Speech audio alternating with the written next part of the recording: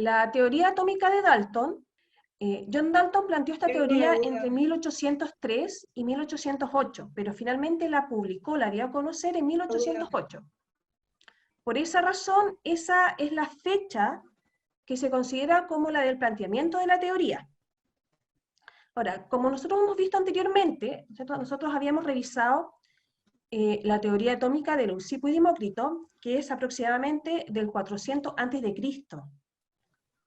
¿cierto? Pero que en realidad no tuvo mucha repercusión a pesar de lo certera que era con respecto a definir la estructura atómica, la estructura de la materia, quedó en el olvido debido a otra teoría planteada aproximadamente en el 350 a.C. por Aristóteles. Como Aristóteles era un filósofo, un gran pensador de mucho más renombre, y se contraponía a lo que habían planteado Leucipo y Demócrito, la teoría de Leucipo y Demócrito quedó en el olvido. Y por mucho tiempo fue más aceptada lo que planteaba Aristóteles, ¿cierto? Que él validaba la teoría de los 4 elementos, que eran fuego, aire, tierra y agua, y que a partir de la combinación de estos distintos elementos se formaban distintas propiedades como el caliente, fuego y aire, húmedo, aire, agua, el frío, tierra, agua, y lo seco, fuego y tierra. Entonces, recién en 1808, Dalton plantea una nueva teoría atómica, porque en mucha literatura ustedes van a encontrar o van a hablar del modelo atómico, pero en realidad John Dalton a su postulado le dio el nombre de teoría atómica, no de modelo atómico. En 1808, si lo sumamos, son más de 2000 años después de lo planteado por Leucipo y Demócrito. Recién volvemos a hablar de átomo, retomando, ¿cierto?, los postulados de Leucipo y Demócrito, más de 2208 años después específicamente. Ahora, según la teoría atómica de Dalton, que era lo que ustedes debían trabajar en su guía, ¿cierto?, porque estaba el escrito, de las siguientes opciones que se les despliegan, ¿cuáles serían características del átomo según lo planteado por Dalton? Pueden seleccionar más de una opción en esta pregunta. Vamos a ver cómo van votando. Aquí vamos a ver en vivo cómo van el resultado de sus votaciones. Recuerden que en esta pregunta pueden seleccionar más de una opción.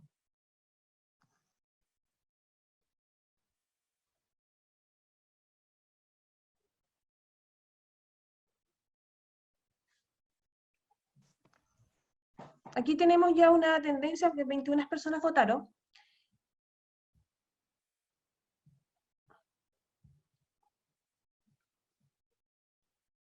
De acuerdo a lo planteado por Dalton, ¿cierto? Ustedes votaron en primera instancia que es invisible, no lo podemos ver, que es indivisible, no lo podemos separar, y que es discreto. Efectivamente,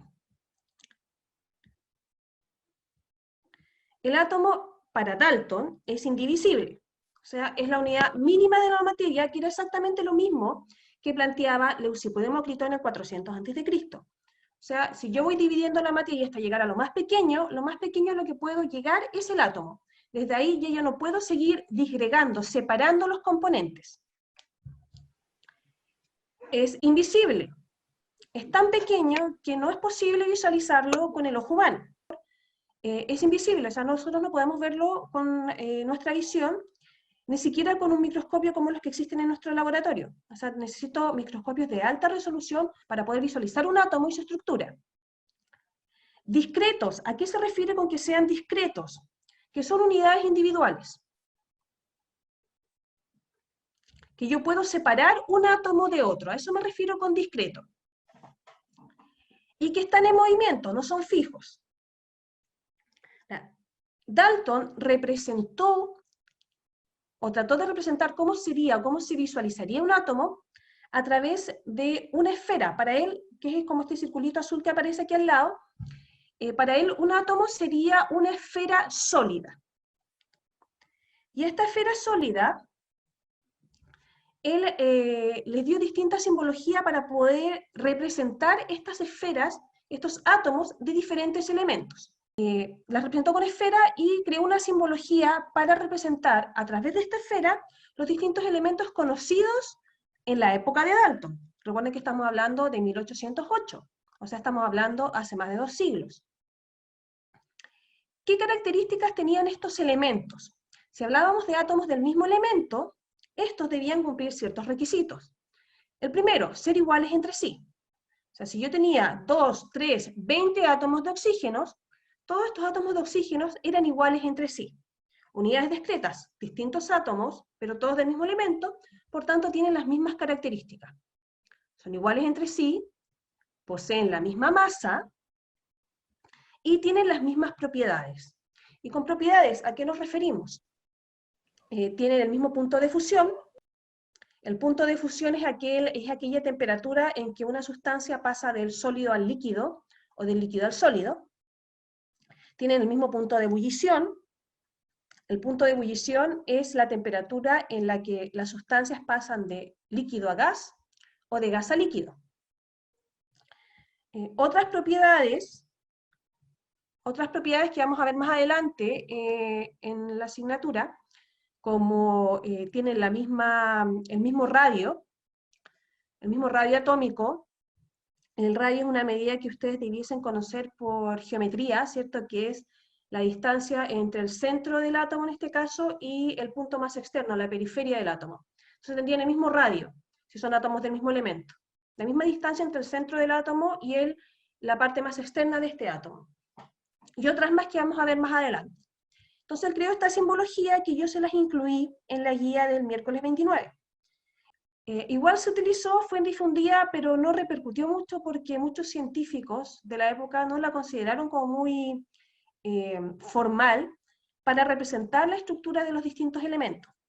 Por eso finalmente la simbología que nosotros conocemos en la actualidad no tiene nada que ver con la que fue planteada por John Dalton. Ahora, también entre los postulados de la teoría atómica de Dalton, él habló de los compuestos. ¿Qué son los compuestos? Los compuestos son moléculas poliatómicas. Son sustancias químicas que están formadas por átomos de diferentes elementos, que es lo que nosotros conocemos como moléculas poliatómicas. Entonces, una molécula poliatómica es lo mismo que un compuesto. Moléculas o sustancias químicas formadas por átomos de distintos elementos. ¿Y qué es lo que planteaba Dalton? Que estos compuestos o moléculas poliatómicas se forman por la unión de átomos de los correspondientes elementos que vimos anteriormente, y siempre al combinarse lo hacen en relaciones numéricas sencillas y constantes. Y siempre esta relación numérica entre los átomos que forman parte de una molécula o compuesto son números enteros. Ahora, ¿qué significa esto? Por ejemplo, aquí yo tengo varios tipos de moléculas formadas por estos dos átomos, por hidrógeno y por oxígeno. Son átomos de distintos elementos, por tanto son compuestos, o moléculas poliatómicas. Entonces aquí tengo esta molécula, que es el OH, el grupo hidróxido, que está formada por oxígeno y por hidrógeno. Específicamente, ¿por cuántos oxígenos? Por 1. ¿Y por cuántos hidrógenos? También por 1. Entonces, la proporción, la relación o razón numérica en que se combinan el hidrógeno y el oxígeno en esta molécula, en el OH, es un hidrógeno, un oxígeno. Entonces, esto se refiere con que es una relación numérica sencilla, constante y en números enteros. O sea, yo puedo tener 1H o puedo tener 100OH, pero siempre la relación numérica en que se combinan el oxígeno y el hidrógeno en esta molécula va a ser de 1:1. No va a cambiar por la cantidad de OH que yo tenga. Entonces, a esto se refiere como una relación numérica sencilla, constante y de números enteros. Ahora, el hidrógeno y el oxígeno también se pueden combinar para formar esta otra molécula, que es el agua. El agua tiene una estructura distinta. En este caso, el agua tiene 2 átomos de hidrógeno y 1 de oxígeno. Entonces, la proporción o la relación numérica en que se combinan hidrógeno y oxígeno en la molécula de agua es de 2 hidrógenos por cada 1 oxígeno. Entonces, es una relación de 2:1. Una relación numérica sencilla, constante y de números enteros. Yo puedo tener 1 litro de agua, o puedo tener 100 litros de agua, pero independiente de las cantidades, el agua siempre va a estar combinada en una relación hidrógeno-oxígeno de 2:1. 2 hidrógenos por cada 1 oxígeno. Otra forma en que también se pueden combinar estos mismos átomos, hidrógeno y oxígeno, es esta, el H3O. Esta molécula tiene en su composición 3 átomos de hidrógeno y 1 de oxígeno. Entonces su relación numérica va a ser de 3:1, 3 hidrógenos por cada 1 oxígeno. Esa es su relación numérica sencilla, en números enteros y constante. Entonces, para ver si entendieron bien este postulado de la teoría atómica, de cómo los átomos se combinan en formas o en relaciones numéricas sencillas, constantes, y siempre en valores enteros, vamos a hacer un ejercicio. Aquí yo les doy una combinación. Tenemos átomos de carbono y oxígeno, y tenemos esta molécula, CO. ¿En qué razón, en qué proporción están combinados el carbono y el oxígeno en esta molécula? Les aparece la pregunta en el celular para que puedan ir respondiendo.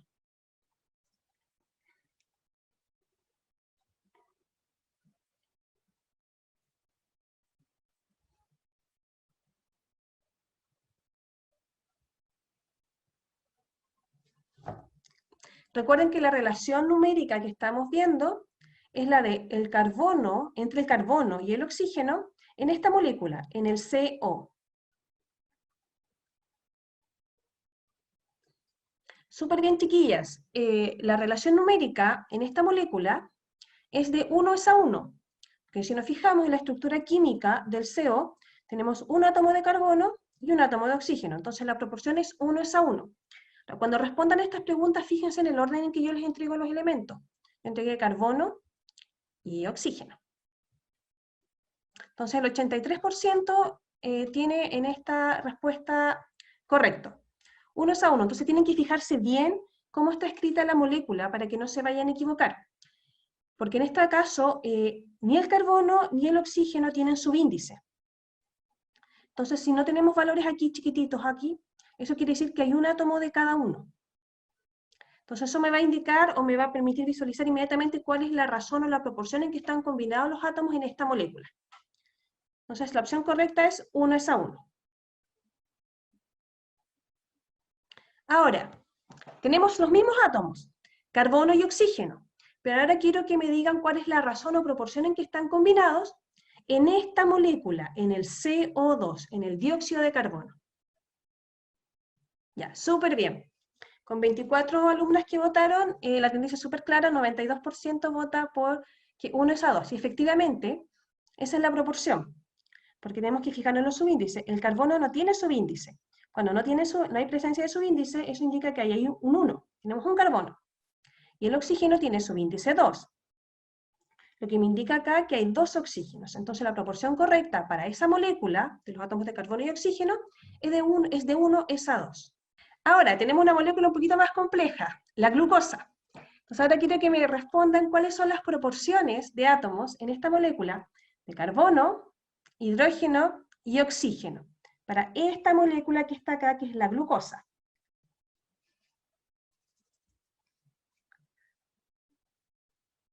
Súper bien. El 100% aquí votó correcto, súper bien. Entonces la proporción de entre el carbono, el hidrógeno y el oxígeno son las que nos van a indicar los subíndices, si ya se dieron cuenta. Entonces acá el carbono tiene un subíndice 6, que me indica que hay 6 carbonos. Ese es el número en que el carbono está en esta molécula. El hidrógeno tiene un subíndice 12. Eso quiere decir que hay 2 hidrógenos en esta molécula. 12 sería el número de combinación del hidrógeno. Y el oxígeno tiene un valor de 6 de subíndice, por tanto aquí hay 6 oxígenos. 6 es la razón del oxígeno. ¿Y eso qué quiere decir?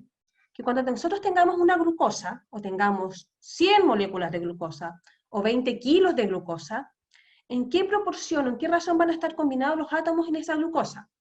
Siempre, por cada 6 átomos de carbono que hayan en la glucosa, van a haber 12 átomos de hidrógeno y 6 de oxígeno.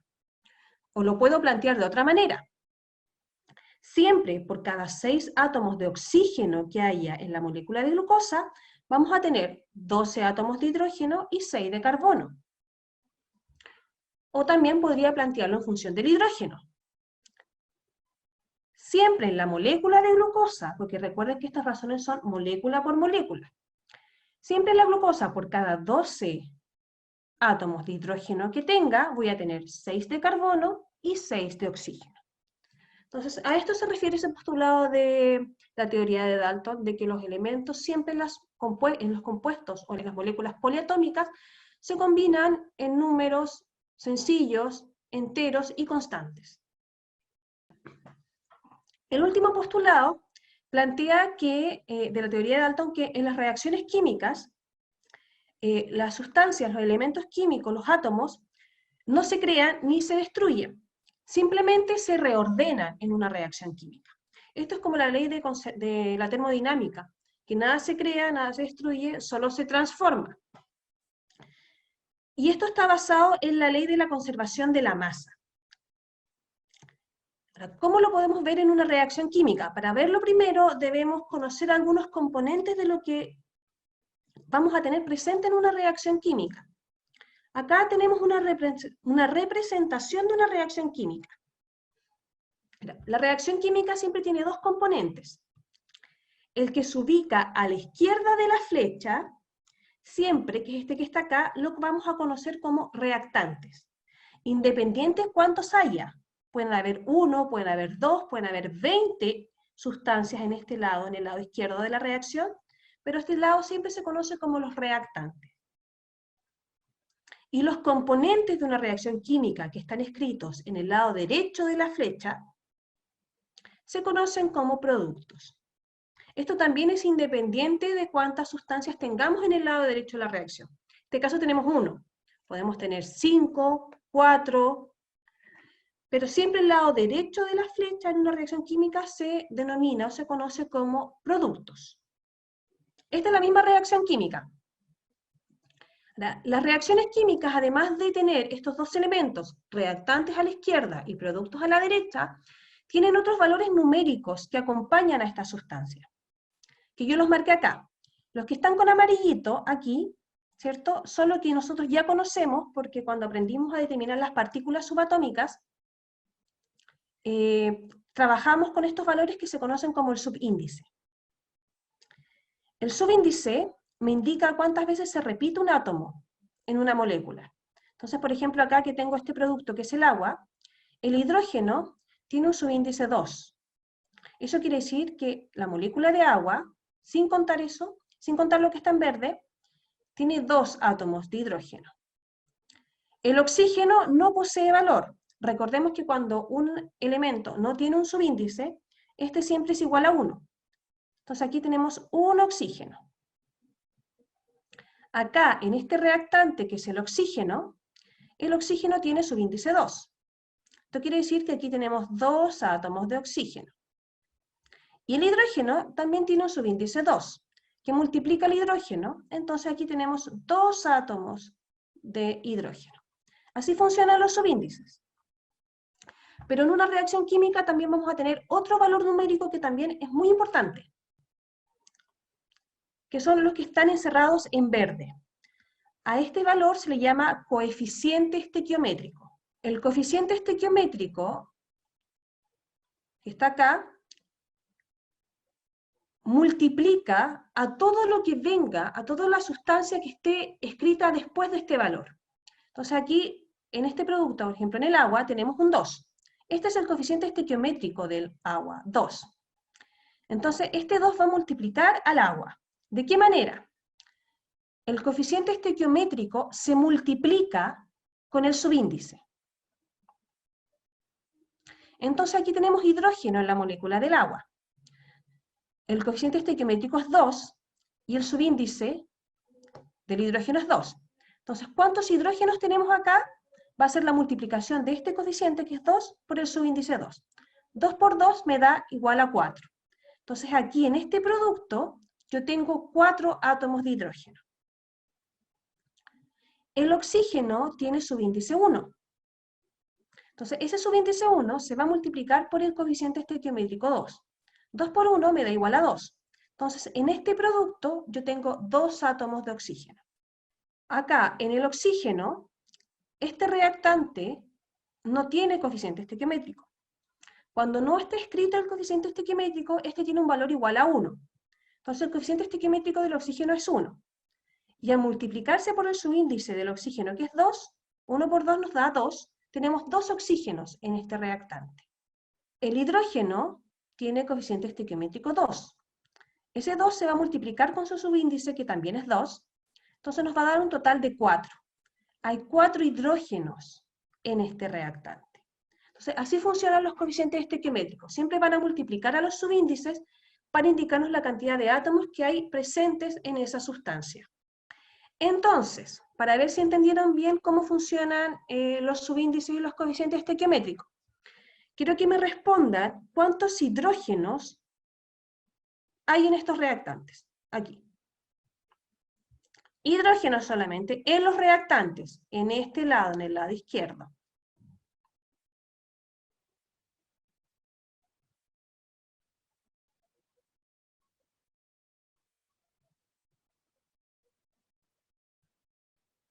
Recuerden que el coeficiente estequiométrico se multiplica con el subíndice para saber mi cantidad. Entonces el hidrógeno tiene un coeficiente estequiométrico de 2 y el subíndice es 2. Estos valores los debo multiplicar para saber la cantidad de hidrógenos. Correcto. La gran mayoría. Entonces, la cantidad de hidrógenos que hay presentes en los reactantes es de 4. Este 2 se multiplica con ese 2, 2 por 2, 4. Tenemos 4 hidrógenos en el reactante. Ahora, ¿cuántos hidrógenos hay en los productos? En el lado derecho. Recuerden que el coeficiente estequiométrico se va a multiplicar con el subíndice. Vamos a ver la tendencia, 21 votaron. Perfecto, 4. Recuerden, para aquellas que se equivocaron, el coeficiente estequiométrico, el valor de adelante, multiplica al subíndice. Entonces tenemos un 2 multiplicado por un 2, eso nos da un igual de 4. No se nos puede olvidar eso. Ahora, con los oxígenos. ¿Cuántos oxígenos aquí hay en los reactantes? Súper bien. 2. Recuerden que cuando no tenemos coeficiente estequiométrico, que el oxígeno no posee, este toma un valor de 1. Siempre que no haya ni coeficiente ni subíndice, el valor que va ahí es un 1. Entonces, al no tener, aquí hay un 1. Y ese 1 se va a multiplicar con el subíndice que ya posee el oxígeno, que es 2. 1 por 2 nos da igual a 2. Por esa razón, la cantidad de oxígenos que tenemos en los reactantes es 2. Y finalmente, ¿cuántos oxígenos tenemos en los productos? En el lado derecho de la reacción. Vemos la tendencia.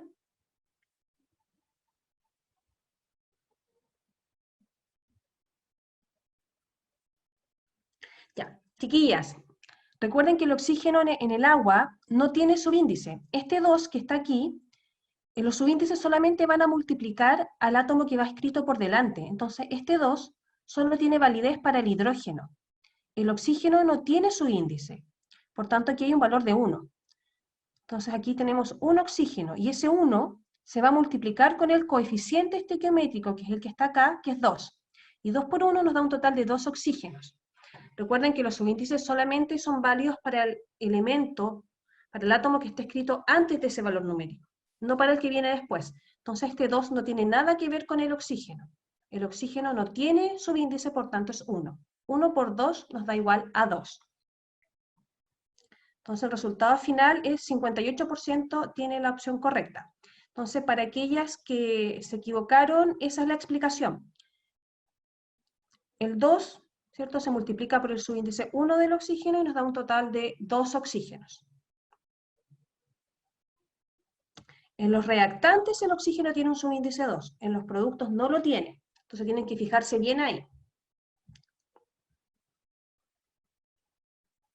Ahora, aquí yo les cambié.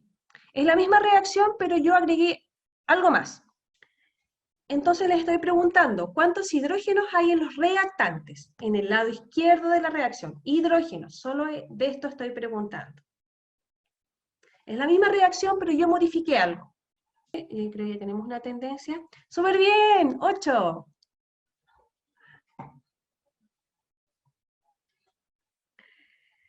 Acá yo modifiqué, coloqué como coeficiente estequiométrico el 4.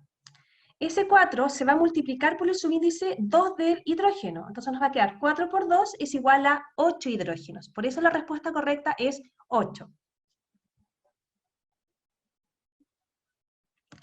Ahora, ¿cómo podemos aplicar esto? Para poder cumplir con el planteamiento de la teoría de Dalton. Él dice que los átomos no se crean ni se destruyen, sino que solamente se reordenan. Entonces, como ustedes me acaban de decir, el 4, que es el coeficiente estequiométrico, se multiplica por el 2 y me da un total de 8 hidrógenos en los reactantes. Si yo tengo 8 hidrógenos en los reactantes y los átomos no se crean ni se destruyen, debiese tener 8 hidrógenos también en los productos. Pero si vemos acá, el producto, que es el agua, no tiene coeficiente estequiométrico, es 1. Y si lo multiplico por el subíndice 2 del hidrógeno, me da un total de 2 hidrógenos. No tengo la misma cantidad de hidrógenos que los reactantes. Entonces no estoy cumpliendo con el planteamiento de Dalton, porque quiere decir que en los reactantes yo tenía 8 hidrógenos y en los productos tengo 2. ¿Qué pasó con la diferencia? ¿Qué pasó con los 6? ¿Se destruyeron? No puede ser, porque lo que dice Dalton es que no se crean ni se destruyen, solo se reordenan. Entonces, si tengo 8 hidrógenos en los reactantes, debo tener 8 hidrógenos en los productos. Entonces, ¿cómo hago para igualar estas cantidades? Para hacerlo, el proceso se conoce como balanceo de reacciones químicas. Y para poder igualar, tener la misma cantidad de hidrógenos, en este caso, en los reactantes y en los productos, lo que tengo que hacer es modificar el coeficiente estequiométrico del producto para lograr esa igualdad. No puedo modificar los subíndices, jamás puedo modificar los subíndices de las sustancias que estoy trabajando, porque si no estoy cambiando el tipo de sustancia. Para poder igualar, solo puedo cambiar los coeficientes estequiométricos, cambiar los valores que debiesen ir acá adelante. Entonces, ¿cómo lo hacemos? Acá en el agua, como coeficiente estequiométrico, yo debiese colocar un número tal, no lo conozco, pero que al multiplicarse por el subíndice del hidrógeno, que es 2, me dé la cantidad de hidrógenos que hay en los reactantes. ¿Cuál es la cantidad de hidrógenos de los reactantes? 8. Entonces, el coeficiente estequiométrico es mi incógnita, es mi X. Pero yo sé que esa X se debe multiplicar por 2, que es el subíndice del hidrógeno, y esto debe ser igual a 8. Entonces me va a quedar que X, si despejo, este valor, el 2, está multiplicando, pasa al otro lado dividiendo, me va a quedar que X es igual a 8 partido por 2. Y 8 partido por 2 es igual a 4. Entonces, ¿cuál es el coeficiente estequiométrico que yo debo colocarle a este producto para que al multiplicarse por 2 me dé 8? Es 4. Entonces lo reemplazamos en mi reacción. Incluyo ese 4, que fue el que obtuve del cálculo anterior. Entonces ahora, si multiplico ese 4 por el 2 del hidrógeno, subíndice 2 del hidrógeno, me va a dar un total de 8 hidrógenos en los productos, que es la misma cantidad que tenía en los reactantes. Al hacer esto, igualé las cantidades de hidrógeno entre reactantes y productos. Pero, al incluir este 4, modifiqué la cantidad de oxígenos que tiene en el producto. Vamos a contabilizar el oxígeno en los productos. El oxígeno no tiene subíndice, es igual a 1. Y ese 1 se va a multiplicar por el coeficiente estequiométrico que colocamos, que es 4, que es lo que está acá. 4, que es el coeficiente estequiométrico, por 1, que es el subíndice del oxígeno, es igual a 4. Entonces ahora en mis productos yo tengo 4 oxígenos. Vamos a ver cuántos oxígenos tenemos en los reactantes. porque tienen que ser las mismas cantidades para que se cumpla lo planteado por la teoría de Dalton. El oxígeno no tiene coeficiente estequiométrico, es igual a 1. Y si lo multiplico por el subíndice 2, me da un total de 2 oxígenos. No tengo la misma cantidad de oxígenos en reactantes y productos. Tengo 4 en productos y 2 en reactantes. Entonces debo igualar estas cantidades. ¿Cómo lo hago? Tengo que modificar el coeficiente estequiométrico del oxígeno por un valor tal que al multiplicarse por su subíndice 2, sea igual a la cantidad de oxígenos que hay en los productos. Entonces, si lo planteo como una ecuación, me va a quedar X, que es mi incógnita, el coeficiente estequiométrico, por 2, que es el subíndice del oxígeno, y tiene que ser igual a 4, que son los oxígenos que hay en los productos. Despejo esta ecuación, el 2 que está multiplicando pasa dividiendo, entonces me va a quedar X es igual a 4 partido por 2. Por tanto, X, que es mi coeficiente estequiométrico, debe ser igual a 2. Incluyo ahora este valor que acabo de calcular en mi reacción, el 2, que ahora va a estar como coeficiente del oxígeno, se va a multiplicar por el 2 que ya tiene como subíndice, y 2 por 2 me da igual a 4, que es lo que está aquí calculado. Entonces, al modificar estos coeficientes estequiométricos, colocarle un 2 al oxígeno en los reactantes y un 4 al agua en los productos, vamos a tener que la cantidad de hidrógenos en reactantes y productos es la misma, 8. Y la cantidad de oxígenos entre reactantes y productos también va a ser la misma, 4. Se cumple lo planteado en la teoría de Dalton. La cantidad de átomos que tengo en los reactantes es la misma que tengo en los productos. Y siempre debe ser así. Estamos viendo el proceso de cómo tratar de igualar los átomos entre reactantes y productos para que se cumpla lo planteado en la teoría de Dalton. Entonces, vamos a volver atrás. Para lograr eso, yo les había puesto una reacción que no tenía los elementos en rojo, ni el 4 ni el 2. Entonces, al contabilizar eso, nos daba que en los reactantes teníamos 8 hidrógenos, y en los productos, sin ese 4, solo 2. No teníamos la misma cantidad. No se cumple lo que plantea la teoría de Dalton, que la cantidad de átomos en un lado de la reacción debe ser la misma que en el otro. Entonces, para nosotros lograr igualar esas cantidades, tenemos que modificar los coeficientes estequiométricos en la reacción. Entonces, eso es lo que estaba explicando recién, cómo ir modificando estos coeficientes estequiométricos. Ahora, en este caso, en esta reacción, teníamos una sustancia que ya tenía un coeficiente estequiométrico. Por eso nos guiamos a partir de esa sustancia que ya tenía un coeficiente estequiométrico para partir contabilizando los átomos y ver cómo tenemos que ir igualando los otros elementos de la reacción para lograr tener la misma cantidad en reactantes y productos. En esta reacción que viene a continuación, no tenemos ninguna sustancia que posea coeficiente estequiométrico. Cuando esto ocurre, cuando ninguna sustancia tiene coeficiente estequiométrico, tenemos que fijarnos en aquellas que tenga los subíndices más grandes. La sustancia que tenga los subíndices más grandes es la que vamos a utilizar como referencia para el proceso. En este caso, la que cumple con esos requisitos es el producto. Entonces ahora yo le estoy preguntando cuántos átomos de carbono y de hidrógeno tiene este producto, que va a ser nuestra molécula de referencia. Súper bien, nos fijamos solo en los subíndices porque no posee coeficiente estequiométrico. Si no posee coeficiente estequiométrico, no olviden que este es igual a 1. Y ese 1 se va a multiplicar por el subíndice del carbono y se va a multiplicar por el subíndice del hidrógeno. Tenemos que este producto, como dije recién, no tiene coeficiente estequiométrico. Se va a multiplicar por el 6 del carbono. Si no tiene, recuerden que este es 1. Ese 1 se va a multiplicar por el subíndice 6 del carbono, que es lo que está acá. Entonces, coeficiente estequiométrico igual a 1, por 6, que es el subíndice, va a ser igual a 6.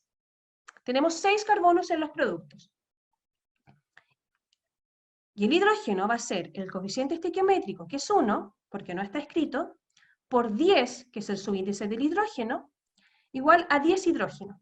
Esta es la cantidad de átomos que tenemos en el producto. 6 carbonos y 10 hidrógenos. Si vamos a contabilizar, voy a empezar con el carbono. El carbono no tiene coeficiente estequiométrico, por tanto es igual a 1. Y tampoco tiene subíndice, también es igual a 1. Si multiplico estos dos valores, 1 por 1, que es lo que está acá, me da que tengo un carbono en los reactantes. No es la misma cantidad de los productos. No se está cumpliendo lo planteado por Dalton. Entonces, para que se cumpla, tengo que modificar el coeficiente estequiométrico del carbono. ¿Cómo lo hago? Debo escribir un coeficiente estequiométrico para el carbono tal que al multiplicarse por su subíndice, que es 1, sea igual a la cantidad de carbonos que contabilizamos en los productos, que son 6, que es lo que está aquí. Entonces lo planteamos como ecuación matemática. X, que sería mi coeficiente estequiométrico que no conozco, por 1, que es el subíndice del carbono, en la reacción tiene que ser igual a los 6 carbonos que contabilizamos en los productos. Despejo esta ecuación, el 1 que está multiplicando pasa dividiendo, y me va a quedar que X es igual a 6 partido por 1. Y esto es igual a 6. Entonces, el coeficiente estequiométrico que debo colocar en el carbono para tener 6 carbonos también en los reactantes es 6. Ahora vamos a contabilizar los hidrógenos. En los reactantes, el hidrógeno tampoco tiene coeficiente estequiométrico, por tanto este es igual a 1, que es el valor que está acá. Y ese valor se va a multiplicar por el subíndice del hidrógeno, que es 2. Entonces, 1 por 2, en los reactantes tenemos 2 hidrógenos. Pero en los productos teníamos 10, no es la misma cantidad, no se cumple lo planteado por Dalton. Entonces debemos buscar qué valor debemos colocar acá como coeficiente estequiométrico para que se cumpla. Entonces al hidrógeno debemos colocarle como coeficiente estequiométrico un valor tal que al multiplicarse, aquí hay un error, por 2, que es su subíndice, sea igual a la cantidad de hidrógenos que hay en los productos, que son 10. Entonces lo planteamos de esta manera. X, que sería mi incógnita, el coeficiente estequiométrico, por 2, que es el subíndice del hidrógeno, deben ser igual a 10, que son los hidrógenos que hay en los productos. El 2 que está multiplicando pasa dividiendo al otro lado, entonces me va a quedar que X es igual a 10 partido por 2. Ahí también hay un error en la presentación. Esto es un 2. Y eso va a ser igual a 5. 10 dividido por 2 es igual a 5. Entonces el coeficiente estequiométrico que debo colocarle al hidrógeno para igualar las cantidades es 5. Lo escribo en mi reacción. Entonces ahora contabilizo los reactantes. Como modifiqué el coeficiente estequiométrico del carbono, el 6 del coeficiente estequiométrico se va a multiplicar por el 1, que es su índice, y me va a dar un total de 6 carbonos en los reactantes, que es la misma cantidad que habíamos contado en los productos.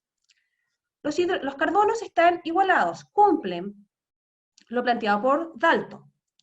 Y al colocar como coeficiente estequiométrico 5 en el hidrógeno, este se multiplica por el 2, que es su índice, y me va a dar un total de 10 hidrógenos en los reactantes, que es la misma cantidad que habíamos contabilizado en los productos.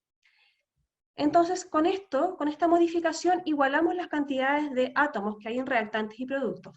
Se conserva la cantidad de átomos, solamente se modificó la forma en que están combinados entre sí.